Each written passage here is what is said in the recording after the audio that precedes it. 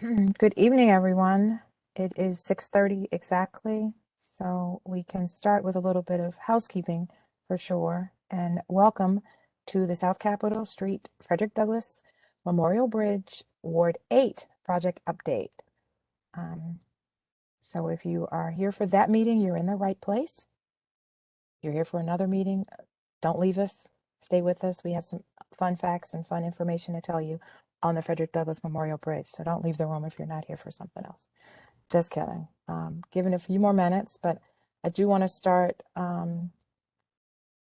with an update on for the members, guests that have attended. Please, if you have a moment, and while you're waiting for the project, going through the presentation, please fill out the Title 6 form. You can find the Title 6 form using the link here at rebrand.ly FDMB project update. If you want to write this down, or if you simply take your smartphone and scan the QR code, it'll take you right to the Title 6 form. You can make comments on the projects, or concerns can be submitted through this form, and it also gives us some equity and inclusion questionnaires so that we are compliant with the federal assistance that we receive for this project. This is a Civil Rights Act of 1964, and it ensures that we are holding this meeting and all meetings based on non-discrimination of race, color, or national origin. So if you have a moment, please fill the form out. This meeting is a public meeting. It is being recorded. Under the Public Meetings Act, we are recording it, and we are also on Facebook. So if others are able to join and may be joining us via Facebook.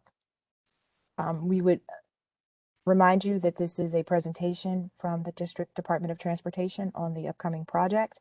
So we will hold all Q&A until the end of the program, and allow the presenters to give you a full understanding of each of the slides and each of the topics they want to discuss. We do have a Q&A.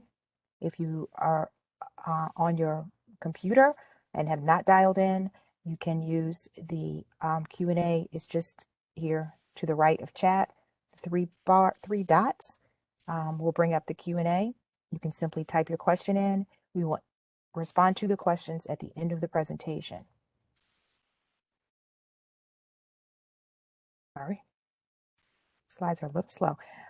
If you are using your phone or would like to speak during this presentation, at the end of the presentation, you will be given an opportunity to raise your hand and speak. And that is just in the participants. You can virtually raise your hand, clicking participants, and the icon will appear near the bottom of the window. You just click on the hand symbol, and you can raise your hand, and we will make sure that you are recognized and are able to speak at the conclusion of the presentation. If you have dialed in by phone, please dial *3 to raise your hand, and that will signal us that you have dialed in from next to your phone number. It'll put the hand up for you for those that have used their phone to dial in. So without any further ado, I'd like to turn this presentation over to our Deputy Project Manager, Mr. Joseph Dorsey. And Mr. Dorsey, the floor is yours. Welcome to the Ward 8 project update for FDMB. Thank you, everyone. Appreciate it, Kim. Can you all see me on camera? Looking good. Thank you. Appreciate it. So I'm having a little technical difficulty here, so I'm kind of multitasking between the laptop and the phone. But thanks again for participating and joining us this evening for our Ward 8 quarterly update. We're going to go through, if you see the agenda on the screen in front of you, we're going to go through the welcome and introductions. We're going to talk about the project overview, accomplishments and milestones throughout the past year. We'll talk through the construction update, which pertains to the schedule and specific traffic changes. We'll have a representative from SEB, Ninfa Etheridge, come on and talk about the DBE utilization program. We'll talk about the on-the-job training program, as well as other special projects that are embedded within the South Cap program. And we'll also close it with our outreach coordination efforts, as well as any Q&A that comes out of this presentation. Next slide.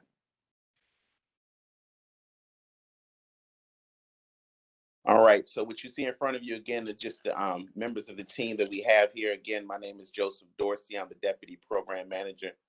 Presenting with me this evening, we have Navin Jain. He's our HNTB Project Manager from the CM team. And again, Miss Kimberly Manning, who is our maestro for the evening, if you will. And again, Neetha Etheridge will be representing SCB, and she's the Project Compliance Officer. I do want to send a special thank you to Mr. Michael Alvino of DDOT, our bicycle and pedestrian program specialist, as well as Miss Molly Burns, our IT specialist, is helping us run this wonderful WebEx meeting tonight. So thank you all. Next slide.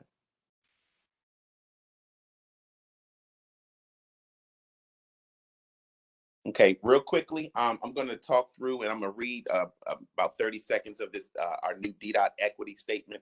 It's very near and dear and important to us because we want to make sure that our project and our programs, they do present and represent equity throughout the district. And we want to make sure that equality is well represented through every project that we undertake. And I'll read the first 2 or 3 paragraphs or so. So it goes, DDOT recognizes that there are inequities in transportation policy, planning, and project delivery in Washington, D.C. Deep-rooted structural injustices and inequalities have contributed to the desperate access to safe, affordable, and efficient transportation that provides access to economic opportunities, housing, and services for communities across the district. DDOT also acknowledges these inequities have disproportionately and negatively impacted environmental and health outcomes in our underserved community. Through our organizational framework, DDOT is committed to elevating and advancing transportation equity by evaluating our policies, planning, community engagement, and project delivery to ensure public investments in transportation justly benefit all residents, visitors, and commuters. Additionally, DDOT values how diversity within our department helps shape the work we produce. To that end, DDOT will continue to recruit, hire, and retain a workforce that reflects the diversity of the district at all levels of the organization. DDOT recognizes its shared responsibility to acknowledge and prevent transportation inequities while explicitly upholding anti-racist and anti-discriminatory practices. In honoring this commitment, we will continue to listen, learn, and strive towards equality, inclusion, and access in response to the needs of the communities across the district. Next slide. Okay, so some of the phase 1 project elements, the top priority for us was to replace the existing structure, the existing bridge, with a new 6-lane signature bridge. The previous bridge was 5 lanes total. You had 3 lanes inbound, 2 lanes outbound, and you had substandard sidewalk facilities. I think there were 4 to 6 foot sidewalk paths on both sides. The new bridge will entail 18-foot sidewalk paths on both sides, giving you triple the space that we had from the previous bridge, and able to allow folks to safer travel and allow bicyclists and pedestrians to be able to use the facility safely. We're also going to construct new ovals east and west of this bridge. We're going to also reconstruct the 295 corridor from First Sterling Avenue down to Howard Road, which also includes the 295 Suitland Parkway interchange. Another project 1 phase element is to enhance the bicycle and pedestrian facilities, as well as improving landscape, drainage, and stormwater management best practices that we're implementing throughout the city. Next slide. All right, so here you have, starting off with our project accomplishments, the final closure beam was placed on the final arch back in June of this year. As you see from the picture, you see a Christmas tree, if you will, in the middle of the bridge. That's symbolic of what ironworkers typically like to do when they complete a major task in their project. They like to hang a tree from the top of that structure or somewhere on the structure. So this is conducive to what we normally do in the construction world. And as you see our hardworking folks and the relative Christmas tree right behind them splitting the arches. So it's a beautiful visual of the hard work that has gone into the project. Next slide. Okay, some more of the project accomplishments. Back on September 6th, we were able to engage in a FDMB 5K run, mayoral run for Mayor Bowser, as well as a celebration for the bridge opening. What started as a potential small event kind of morphed into a huge extravaganza to which TBA and H&TB produced for us, which concluded with, I want to say we had over 4,000 people in attendance, and it was a wonderful ceremony.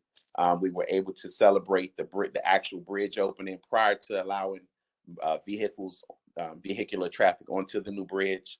You had things like live bands, dancers, food trucks, and free giveaways. And it was just an awesome ceremony that we were happy to put on and happy to be a part of. Next slide.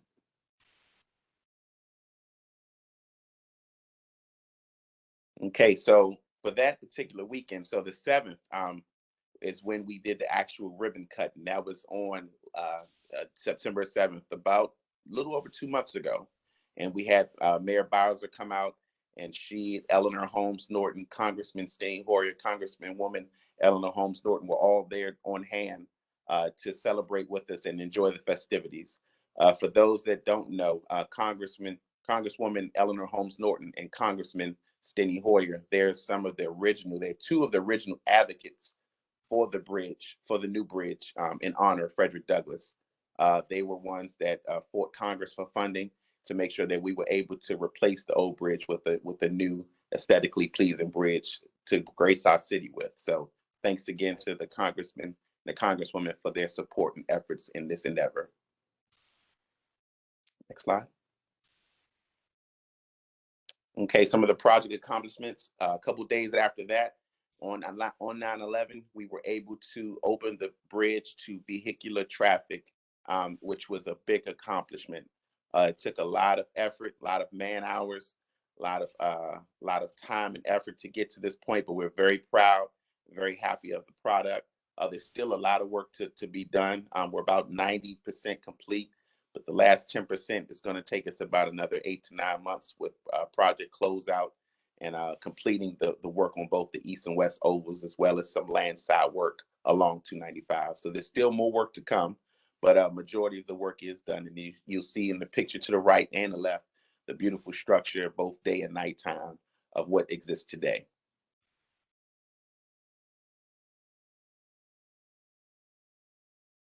Some of the project milestones that we talked about already. On 9/11, we were able to open the FDMB to traffic. Upcoming project milestones, the completion of the 295 corridor is expected to occur, is going to occur, not expected, but it's going to occur this winter of 2021. The dismantling of the existing or the old bridge is currently ongoing, and they're actually ahead of schedule. They're scheduled to be done February 2022. I think the initial projection was mid to late, but that has been bumped up. It looks like a couple of weeks, so we're on target there. The completion of both the east and west ovals is slated to be done in the spring of 2022, and we'll wrap this up with the project completion in the summer of 2022. Next slide, I'm going to hand off to Mr. Navin Jain, our H&DB project manager, and he's going to go through some of the major traffic switches, some of the geometric changes, as well as some more detailed construction updates with regards to the bridge progress. Thank you. Navin? Thank you, Joe. Good evening, everyone. I'll be providing an update on the upcoming traffic shift as well as construction project update. So one of the major traffic shifts that we got coming up is this weekend, where we're going to be opening a new ramp from Suitland Parkway to northbound I-295. Currently, vehicles that want to travel from the project area to northbound I-295 or from Suitland Parkway have to go north on for Sterling Avenue to be able to get on I-295. With this new ramp that will be open sometime on Saturday, vehicles will be able to directly access I-295 northbound from the Suitland Parkway. So that ramp should be open Saturday morning. So pending weather, we're expecting rain tonight. So we hope to be able to do all of the work and open that ramp on Saturday. So Monday morning, all the commuters should be able to access that ramp from Suitland Parkway. Next slide, please. Construction update. This is photos of First Sterling Avenue, I-295 over First Sterling Avenue. There are 3 phases of the bridges. 2 of the phases have been completed. As you can see in the middle section, is still yet to be completed. These photos are approximately were taken a month ago on October 20th. So since then, girders have been placed over this deck, and the contractor is currently working on placing rebar. We expect to have this bridge completed by Christmas timeframe. Next slide, please. Okay, this is I-295 over Suitland Parkway. As I mentioned, we're opening a new ramp this weekend, and the last section of the bridge on this section will be poured. The deck will be poured this Saturday as well, and we hope to have this bridge completed in the next 2 weeks. Next slide, please. I-295 over Howard Road. You can see this picture from about a month ago in that area in the green. That's the last section of the deck to be placed, and that concrete was placed on that section over 2 weeks ago. And we will be doing a traffic shift sometime in December to shift traffic onto that side of northbound I-295. That will complete all of the bridge sections over Howard Road on I-295. Next slide, please. So it's an update on dismantling of the existing bridge. As Joe mentioned, we opened the new bridge to traffic on September 11th. And then on September 12th, the process started to remove the existing bridge. This is a 3-step process. The first step is to remove the bridge deck. And the second step is to remove the bridge superstructure and the steel. And then the final 3rd step is to remove the bridge substructure and the piers above river and below water, 2 feet below the mud line into the water. So as of this week, step 1 and step 2 have been completed. All of the bridge deck was saw cut and removed by trucking off-site. The second step was all of the steel was cut and removed using barges. The contractor is not allowed to drop any of this material into the river, so everything was lifted using cranes and then trucked off-site. And the next step is contractors starting on removing the substructure by using turbidity curtains, which prevent any of the debris from going into the river. And each of the piers will have a barge on both sides, which will capture all of the debris as the pier is being removed. Next slide, please. Here's a couple of the photos. The photo on the right, you can see the deck has been removed, and it shows the structural steel remaining on the existing bridge. And then photo on the left, you can see a crane removing a piece of the girder, the structural steel. And section by section, these pieces were removed and then they're taken off site using trucks.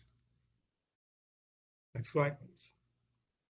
Here's another photo. You can see on the right was the last piece of the structural steel that was removed from the center pier, and then photo on the left that shows all of the structural steel has been removed as of November 9th, and only the piers remain. It's an update on the construction of the ovals. This is a rendering of the east oval. As you can see, when the oval is completed, we will have 4 lanes of traffic all around the oval with significant landscaping and areas for community gathering inside the ovals, seat walls, and braided paths, including significant landscaping and lighting inside the oval. The next slide, please. And here's a photo from approximately a month ago where the oval is starting to take shape. The roadways around the East Oval have been completed, and the contractor is currently working on inside the oval. As you can see from the photo, some of the lighting has been installed and the braided paths are starting to take shape. Over the next few months, the contractor will be completing the inside of the oval with all of the seed walls and the paths. And then in the planting season starts in March, so they will start planting trees and other shrubs around the east oval. Next slide, please. And here's a rendering of the west oval. Again, you can see 4 lanes of traffic around the oval with connections from all of the local roadways providing access to the oval, as well as signalized access to inside the ovals for bike and pedestrians. Next slide, please. And as a month ago, this is an aerial shot of the West Oval. The West Oval is partially completed. Our street has been completed, and currently the traffic is on a temporary road going through the center of the oval. And the reason for that is in order to complete the West Oval, the existing bridge needs to be completely removed. The landing of the existing bridge is where the future east side of the West Oval will be. So once the existing bridge is completely removed, the contractor will start working on the outside of the West Oval. And currently there's a lot of utility work going on in that area, underground utilities such as sanitary sewer, water lines, and electrical lines are being installed. Once the underground work is completed, the roadway will be completed and traffic will be shifted onto the new roadway. And then the contract will start working on the inside the ovals, on completing the seat walls, the pedestrian gathering area, as well as lighting and landscaping. As you saw in the milestone slide, we expect both West Oval and East Ovals to be completed sometime in spring of 2022. Next slide, please. Here's a couple of photos of some of the landscaping that's been installed along our street along West Oval and our street approach to West Oval.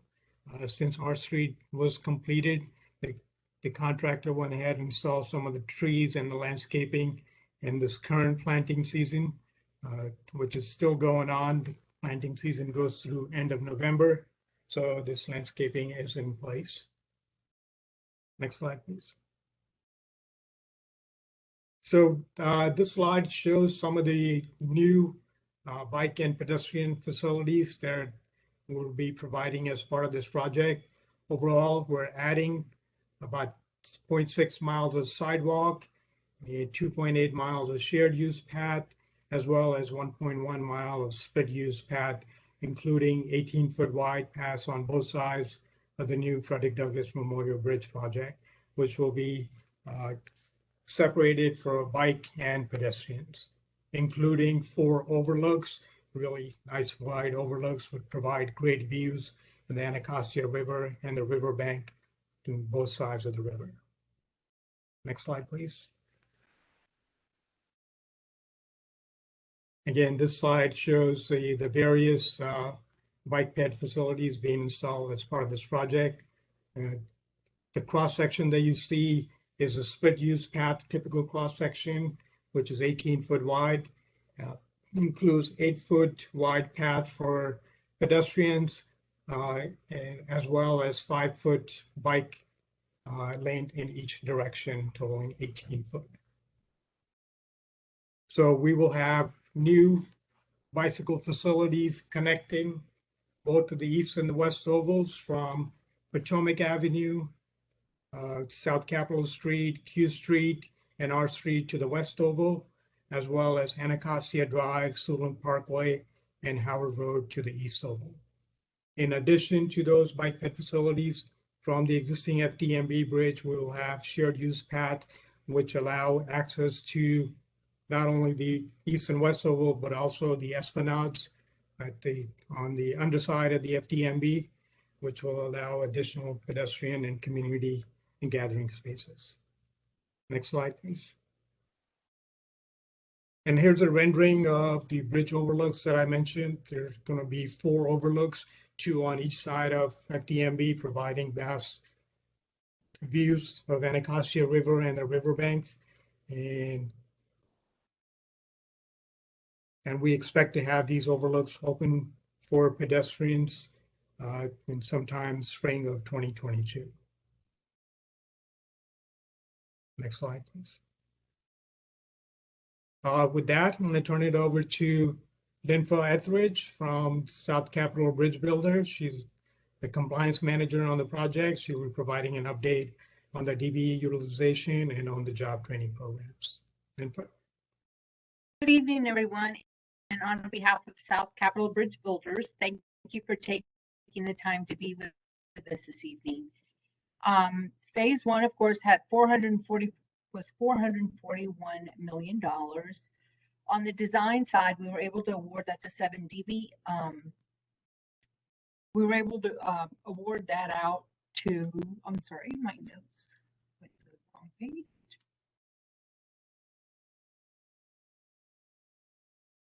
We awarded that to 14 DBE firms, and we have exceeded the design goal. And then on the construction side, we awarded 55 DBE firms, and we have also exceeded the DBE goal on that. And that is really exciting for this area. So we were able to work together with, HNTB, DDOT, everyone helping us out, so we would be able to find enough DBEs and give them the opportunity to work on this project. Next slide, please.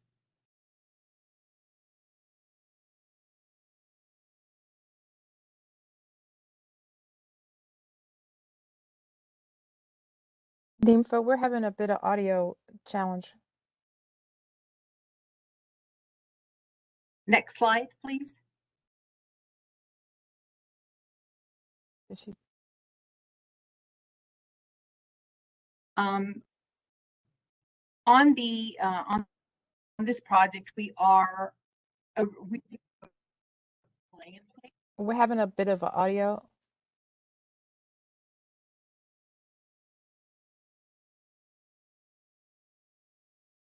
Nympha, can you hear me?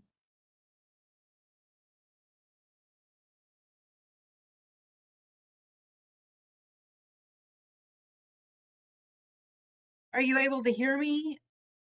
We can hear you now. Thank you.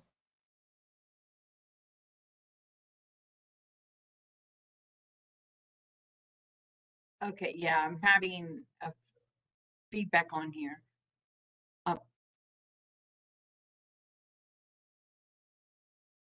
So on this project, we did 329 DC residents were hired from the project. And if you'll notice, per ward, it's listed the number of DC residents that have worked and are currently working on the project.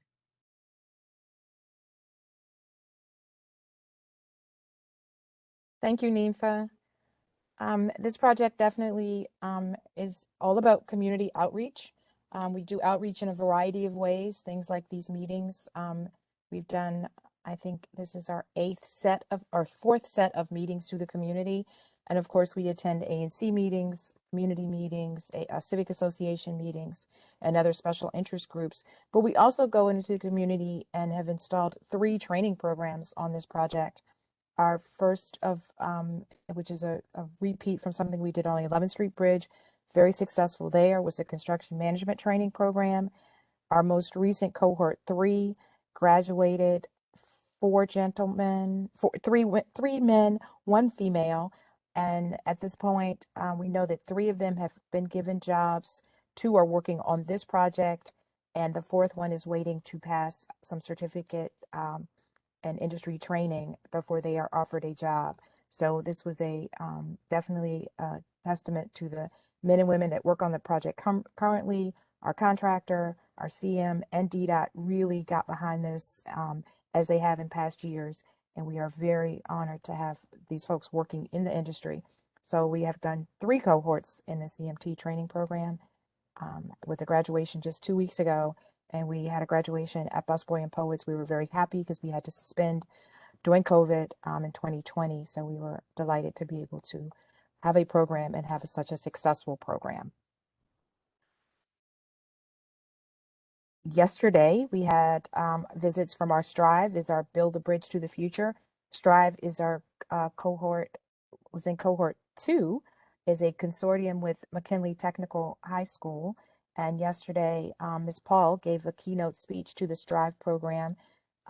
They visited the bridge as their final kind of tour and kind of a class trip. It was great to be in front of the students. For the 5 weeks prior, we had mentors and mentees go into the school at McKinley. So we were really pleased. We did a cohort 1 in the spring, fairly successful, but again, virtually. And it was quite hard as the students were learning virtually for us to kind of take over another virtual class for them. We're excited, as in everyone, that the schools are back in session and we were able to personally be in front of them. So we were excited. They saw the bridge. They were thrilled. They want to come back. And McKinley is on board if we choose to do a cohort 3 next year. So just another way of outreach, teaching young folks, introducing them to construction, and hopefully we'll have some engineers of the future that will be working on other projects in the district. One of our other outreach projects is Jobonomics, which is a program with local DC grassroots initiative, Jobonomics, DC Jobonomics. DDART partnered with Jobonomics and did 2 successful cohorts in 2021. And we just did a graduation in October. Several of the graduates, 4 of the 5 graduates from cohort 2 are anticipating interviews for construction jobs within the DDOT family of projects. So they are interviewing with some of the contractors for DDOT, and one of the students went to work for the union. So we were super excited that he was able to get a job with the union.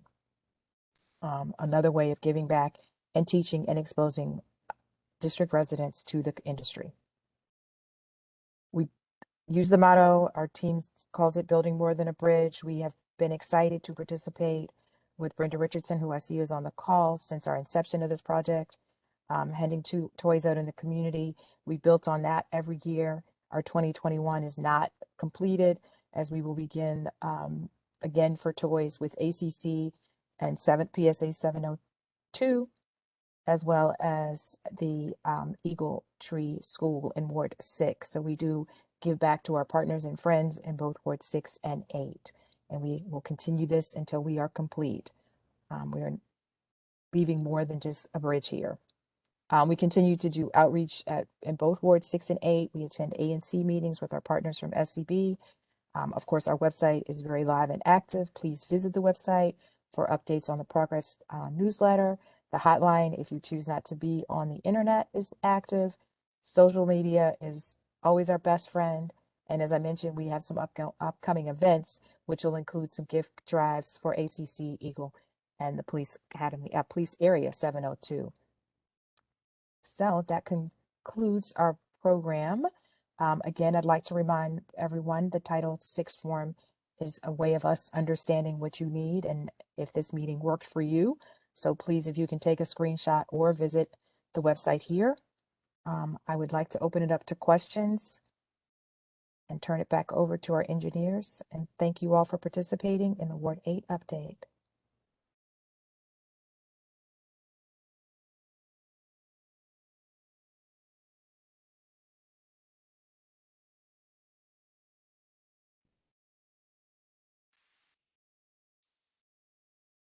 Do we have a Kim or Navi? Did we have anything in the chat? I'm not able to see it through my phone. I am monitoring the I don't see any questions. and I Okay, don't well, see any questions, nor do I see any hands raised. okay. Well, while we're looking, I just wanted to take a minute again to thank everybody for taking time out to hear the updates and to come with just come to hear the presentation. It's greatly appreciated. And we thoroughly appreciate giving you all updates and hope that you all are able to experience the bridge and enjoy it. We really believe that once the aesthetic lights go live, we've seen the mock-up of it. We've seen when they were starting to be installed. They're beautiful. We do believe that it'll just add to the beauty of the city. The whole vibe and everything that's going on in this area is just it's really looking amazing. So thanks again for all the support and we truly appreciate all the input that we've had to date. Thank you very much.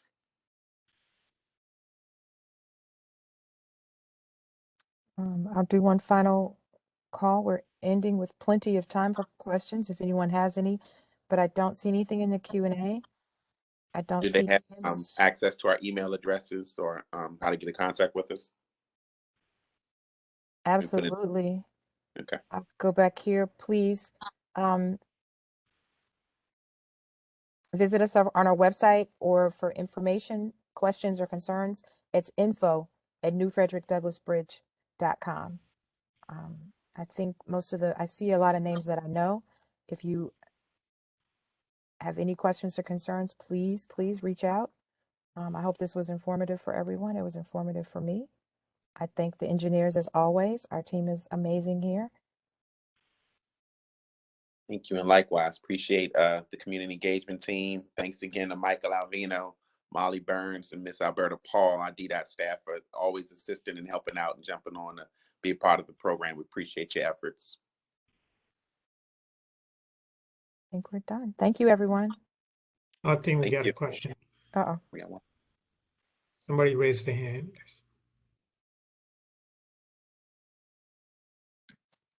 Brenda Molly, can Jo- we? Yes. Brenda Jones seemed to have raised their hand. However, they don't have their audio connected, so I'm not able to unmute them. Ms. Jones, we realize you raised your hand. If you can connect your audio, we'd be happy to take a question.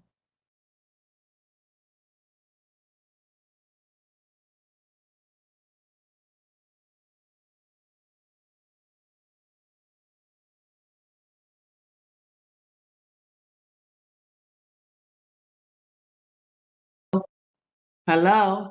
Hello, Ms. Jones. Yes, I've been trying to speak for the last 5-10 minutes. I couldn't get on. Somebody had me blocked out. Nor can I even get on video. But anyway, can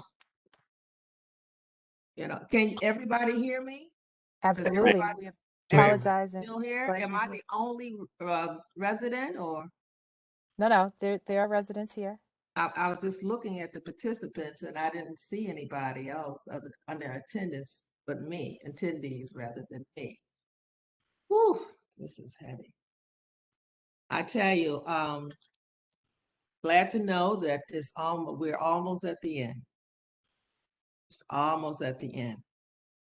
But I'm very disappointed that we could not hire more people from east of the river to be a part of the building of this marvelous bridge. And first, let me introduce myself. I'm Brenda Jones. I'm a native Washingtonian, and I ran a grassroots human and social service organization, Parklands Community Center, from 1980 through the crack era and all that madness to 2015.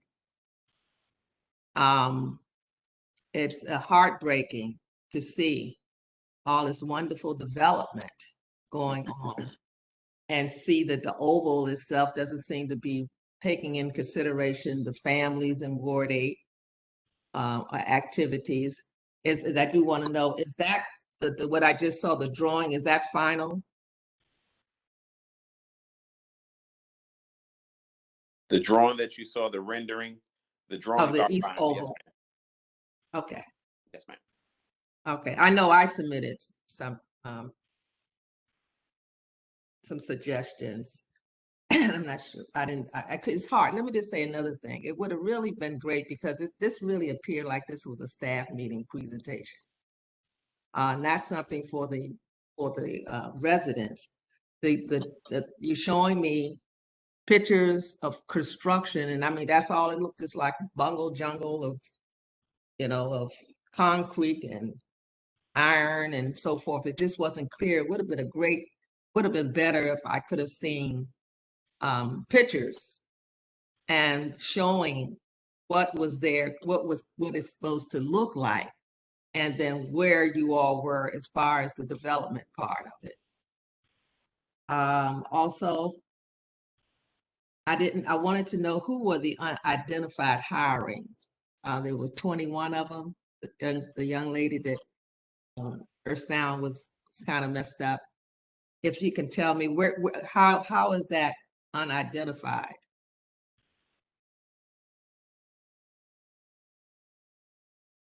Did she leave? Neetha, are you still there? Okay. Yeah, can you hear me okay? Yes. Yes, we Okay, can. what was your question? I'm sorry, ma'am. I was saying, who are the unidentified hiring? What does that mean? Identified means that they did not list a ward where they're from. And you all didn't ask? Well, ma'am, we can only ask but so much without invading their privacy. If they chose not to, then that's their choice. Wow. Okay. I thought there was some mandate that we knew where the persons that were hired, where they were living. Anyway, okay, I hear you. Also, I hope that in the future, Mr. Dorsey, Yes, ma'am. you work for the government. Yes, ma'am. Okay, I hope this was a learning experience where we can do a better job of helping preparing our residents, because it seems like DC is wide open now. We're going to have more development. You know, I know we got a drug problem here, but that can be fixed if people really, put some effort into treatment and caring and mentoring and those kind of things, and reaching out to people who do or have worked with these young people in the community, because they're very smart, they're very talented, but as you know, we are still suffering from the crack epidemic. Well, I think I appreciate that, Ms. Jones, and that's why we did engage in the Strive program and Jobonomics. Folks that are returning citizens, folks that are looking to leave the labor field and come into the construction management field. Those various programs were initiated for those very specific reasons. The construction management trainee program was a carryover from the 11th Street Bridge project. The model went pretty well, and we wanted to try it and mimic the success down here. And the other two, Strive, reaching out to high school students who were thinking about the engineering field, as well as the Jobonomics programs with the returning citizens. We have thought about those particular folks and tried to be conscious about tailoring programs to assist with those efforts. So yes, ma'am, duly noted. Yeah, I'm familiar with Strive. They're very good, but they should have been in on the bottom floor, because we knew that we knew that we needed residents, and they could have used all their resources to better prepare people to be qualified for those positions, for a lot more of those positions, I should say. So I've talked with GSA staff last week about my concerns.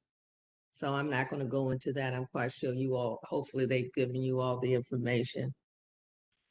And I'm surprised that there's no more residents on here.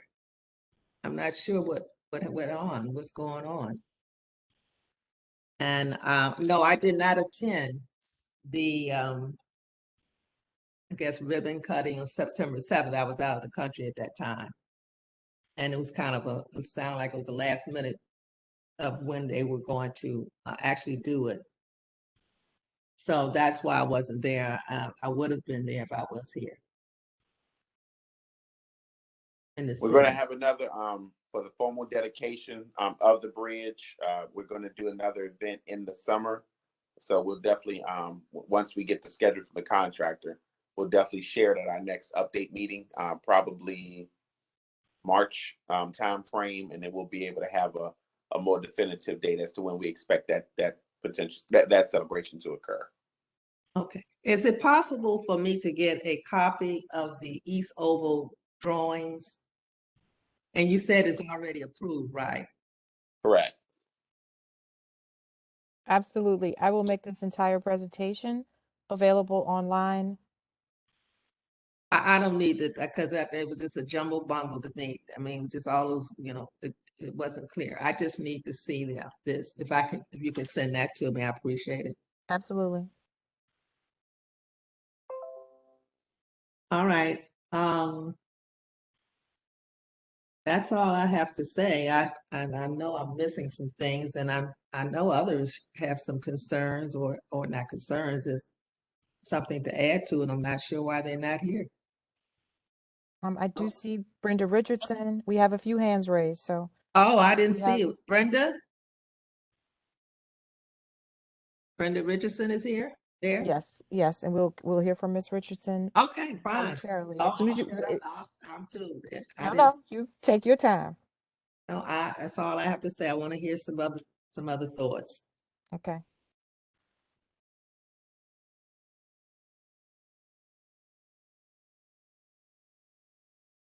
Brenda Richardson, you are now unmuted.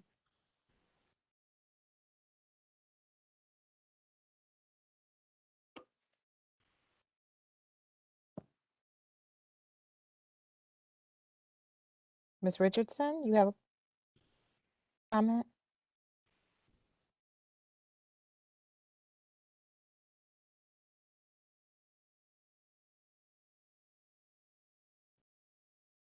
We cannot hear you currently. Do me a favor and click the down arrow next to your mute button and maybe change the setting for your microphone, and maybe we will be able to hear you.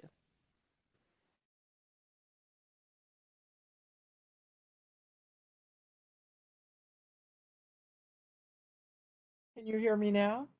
Yes, Absolutely. ma'am. Oh, great.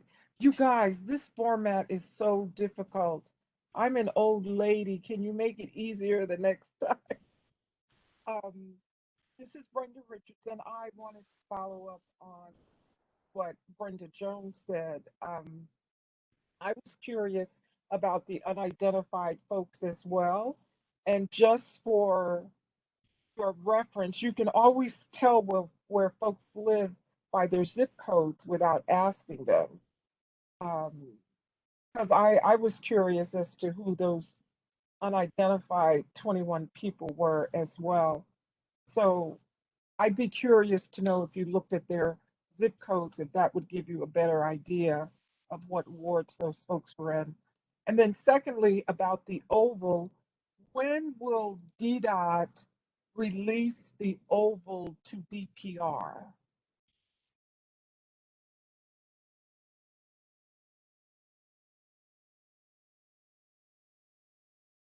Can you all hear me? Yes. Go ahead. Okay. Yeah, so for the oval maintenance, we have it budgeted, we being DDOT, for 2023 in our 2020 in our FY23 budget. We're working with DPR and DGS on a tri-party MOU to nail down the logistics. That has taken some time with the lawyers, but that is in progress. And for the first year, it will be DDOT. We'll probably hire a contractor to do the maintenance. And from there, that's when DPR and DGS will take over the program and the maintenance of it. Okay, because DGS, if I'm not mistaken, DGS maintains the parks for DPR. Is that not right? That's, I think there are a couple of outliers, but I think for the most part, that's true. Okay. And then finally, I wanted to thank you guys for your outreach efforts. Every time I invited you to speak at one of our meetings, you guys were always available and participating in our community events and our toy drives and stuff. And I'd also like to say that I'm just amazed that we've got this iconic bridge that's a gateway into Ward 8. It's just really extraordinary.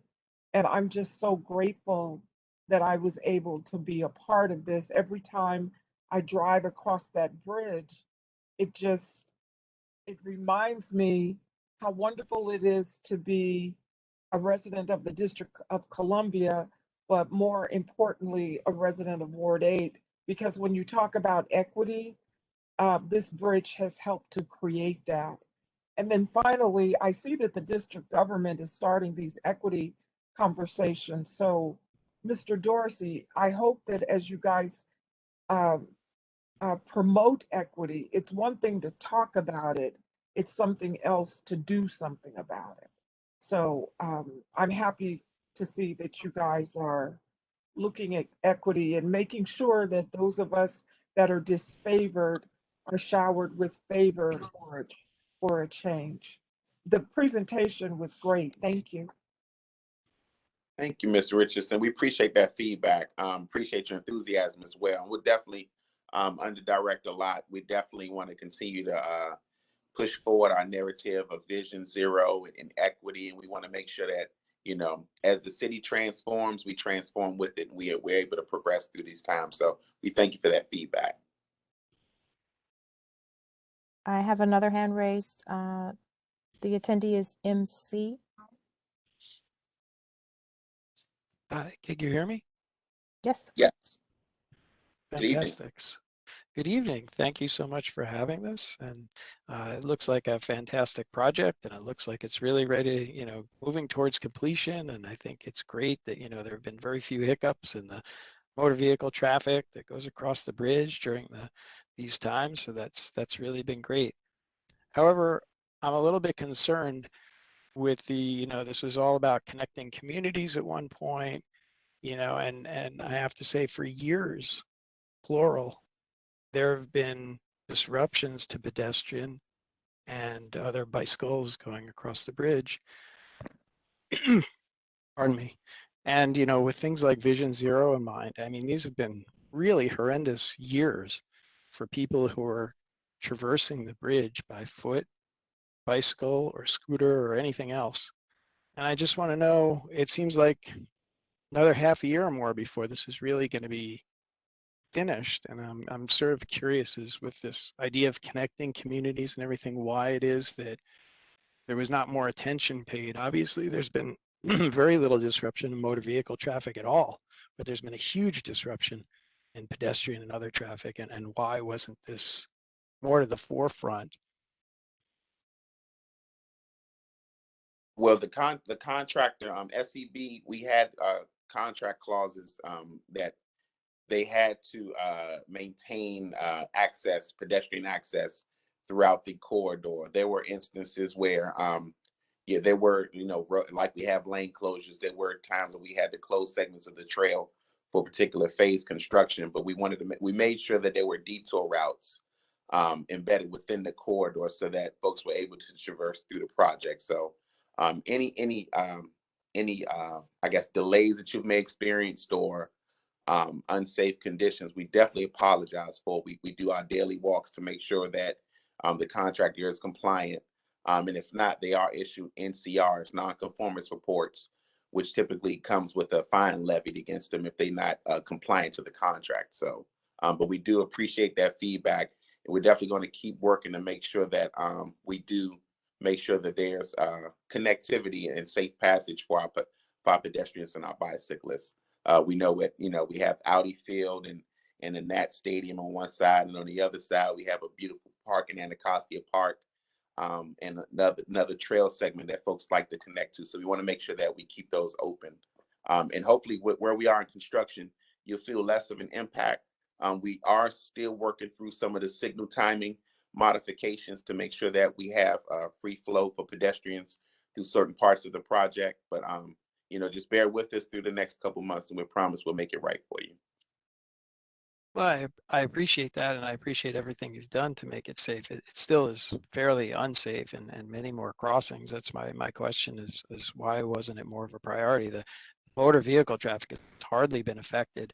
I mean, the equivalent for motor vehicles was if you put every damn thing down to one lane and made them go through Anacostia Park all the way to the Sousa Bridge, and then come back with some of the stop signs in between. I mean, it's really been quite inconvenient for several years now. And I guess my question is, why wasn't it made more of a priority, especially when some of the main reasons for the bridge, you know, some of the great talking points was connecting communities. The communities have been ripped apart by this. You used to be able to easily traverse the bridge, and now it's just been horrible for the past 2 or more years.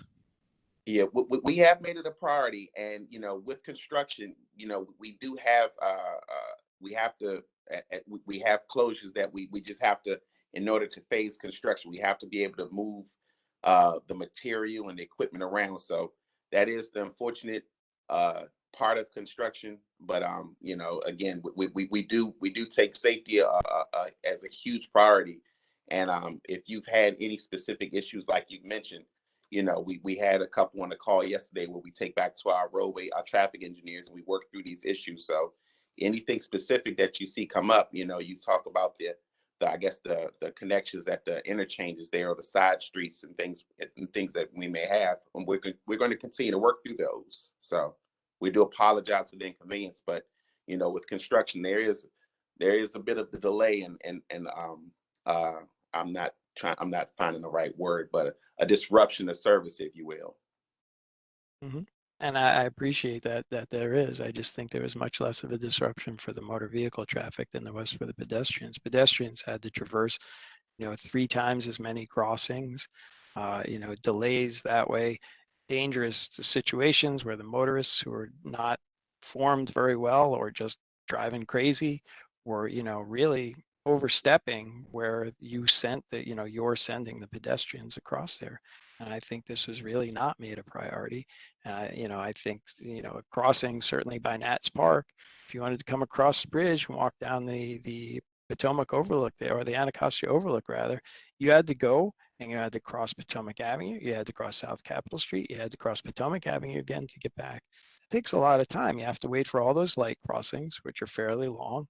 And, you know, the motor vehicles are driving pretty crazy, and they really, the way you rerouted people, you couldn't see pedestrians very well. So I appreciate that you have safety in mind. I don't doubt that you have safety in mind. I just don't think it was as much a priority for pedestrian traffic as it was for motor vehicle traffic. So I think that's something to look into. And in fact, it's been that way, as I mentioned, for 2 years, and it's going to continue for more. And you said spring 2022, hopefully we'll have everything connected. Well, I hope so, because that'll set it at going on 2.5 years or more that it's been like this. So I just wish some in the future you'd look into that and you would accelerate that or make it a priority for the pedestrians, especially when you talk about things like connecting communities.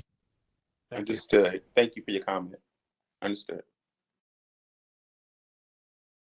Thank you very much. I am seeing, I don't know if these hands are not going down. Brenda Richardson and Brenda Jones' hands, it may be from the prior questions. We also have a question from Facebook. We are live on Facebook. And the question is from Mr. Rao. Where will you put the Frederick Douglass statue?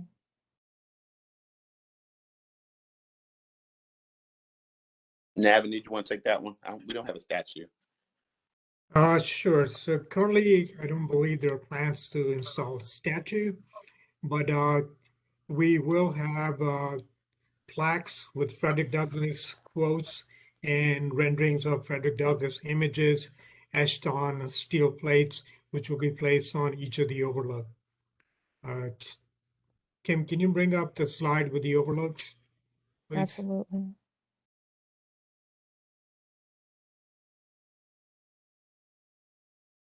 Barry.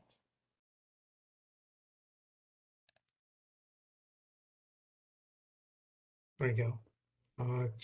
So each of the overlooks, as you can see in the middle section along the railing, is going to have a plaque, which is about 16 feet long and 3 feet wide. And it will have a quote from Frederick Douglass, as well as image of Frederick Douglass etched onto that steel plate. So we will have 4 of those overlooks plaques on the project.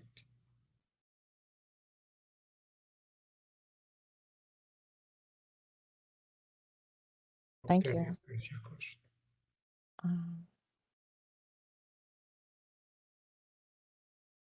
We have someone monitoring Facebook. I think that concludes the Facebook questions.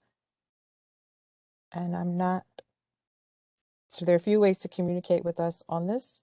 I am not seeing any additional questions in the Q&A. And I see no new hands raised.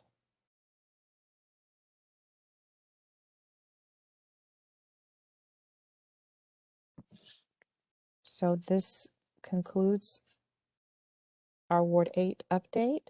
please, please reach out to us. I know we have some things to follow up with a few constituents here on. We absolutely will follow up. I personally thank the engineers for their time, and it's a late evening. I personally thank the residents as well. It is a late evening for you. I hope this was an informative update. Joe, you have closing remarks? Thank you, everyone. Have a good evening. Thank you. Appreciate it. Thanks a lot, Kim. Thanks, everybody. Thank you.